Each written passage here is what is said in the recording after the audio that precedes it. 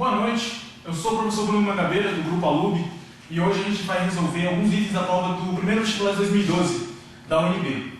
Bem, primeiramente eu quero resolver o item 51.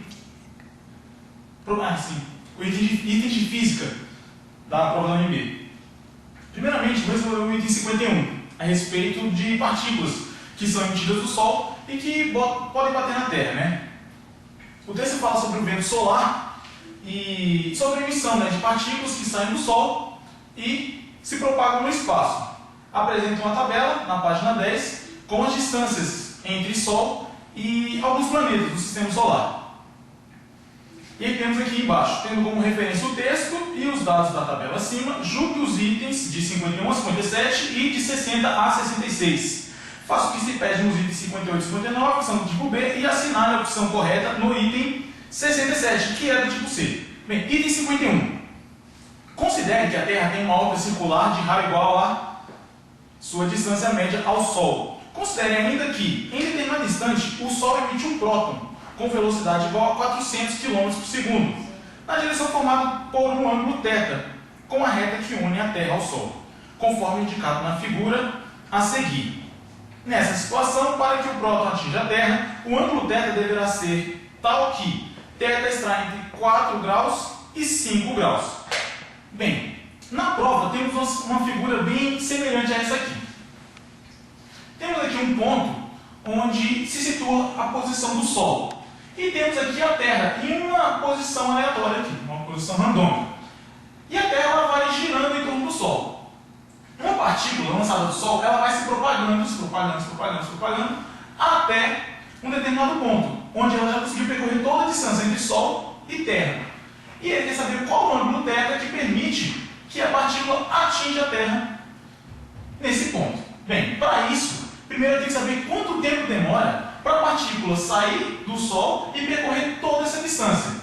Como a partícula se propaga com velocidade constante, temos o seguinte: velocidade média, é igual a ΔS sobre ΔT, deslocamento sobre tempo. Isolando o tempo, temos intervalo de tempo igual a deslocamento, ΔS, sobre velocidade, que é constante. Efetuando essa conta, temos que o intervalo de tempo entre a soltura do próton e até atingir a Terra vale 3,75 vezes 10 a quinta segundos, ok? Agora, sabendo que a Terra dá uma volta completa em torno do Sol em 365 dias, que é um ano, a gente vai fazer uma seguinte regra de 3. Temos 360 graus, que é uma volta completa, equivalente a uma volta completa, sendo completada em 365 dias. E temos que 360 graus equivale a 3,1535 vezes 10 a sétima segundos, que é o equivalente em dias, de segundos em dias. Logo, o ângulo θ para percorrer esse pequeno grau aqui vai corresponder a esse tempo de 3,75 vezes 10 a quinta segundos, que é o tempo que demora para o próton sair do Sol até a Terra. E fazendo aqui a regra de 3, multiplicando cruzado, temos que o ângulo θ vale 4,28 graus. O item pergunta se θ está entre 4 e 5 graus, o que torna o item correto. Ok? Vamos agora para o item número 59 da prova. Houve uma alteração na errata, falando onde se lê 59, lê-se 60 e 60, 59. Mas eu estou utilizando o item 59 da própria prova, o que está escrito na prova, não na errata. Vamos lá. Considere que um elétron com velocidade v, ao penetrar em um campo magnético uniforme perpendicular à direção do seu movimento, percorra a trajetória 1 indicada na figura a seguir. Na situação, se tem um neutrino e um próton, com a mesma velocidade v do elétron. Penetram na região do campo magnético, eles percorrerão respectivamente as trajetórias 2 e 3 indicadas na figura. Bem, mesmo sem ter a figura aqui exposta, vocês com a prova podem acompanhar que a trajetória 1 e 3 apresentam o mesmo raio, no caso, um raio R, que é apresentado na figura na parte de cima e na parte de baixo. Como o elétron e o próton apresentam massas diferentes, eles vão ter raios de órbita ou raios de curva diferentes. Afinal de contas, a trajetória de uma partícula dentro de um campo magnético, ela depende da massa vezes a velocidade, dividido pela carga vezes o campo magnético. No caso, temos massas diferentes, logo raios diferentes e não raios iguais como está indicado na figura. Logo, o item está errado. Item 59, errado. Vamos agora para a página 13, onde temos uma questão com a Terra e o seu respectivo campo magnético. A figura acima ilustra de maneira esquemática as linhas do campo magnético da Terra no espaço que a circunda. A barra mostrada no meio do planeta apresenta um ímã, que geraria um campo equivalente ao da Terra. Com base nas informações, julgue os itens de 68 a 70. Item 68. Segundo a figura, o polo norte geográfico corresponde ao polo norte magnético do ímã, uma vez que, no polo norte, as linhas de campo magnético estão entrando na Terra. Vamos dar uma olhadinha aqui nessa figura. Olha só. Temos aqui a Terra. Temos aqui a linha do Equador e temos aqui linhas de campo magnético saindo dessa região e linhas de campo magnético entrando nessa região.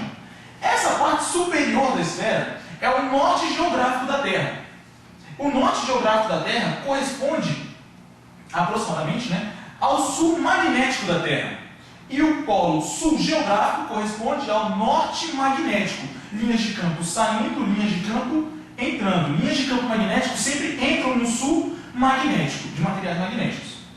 No caso, ele fala que o norte geográfico corresponde com o norte magnético, que torna o item errado, ok? Item 69. Considerando que o campo magnético da Terra seja equivalente ao campo gerado por uma espira circular percorrida por uma corrente constante, com o eixo central coincidido com a Terra que une os polos sul e norte, é correto inferir que, ao aplicar a reta mão direita para o sentido de rotação da corrente na espira, o dedo polegar apontará para o polo sul.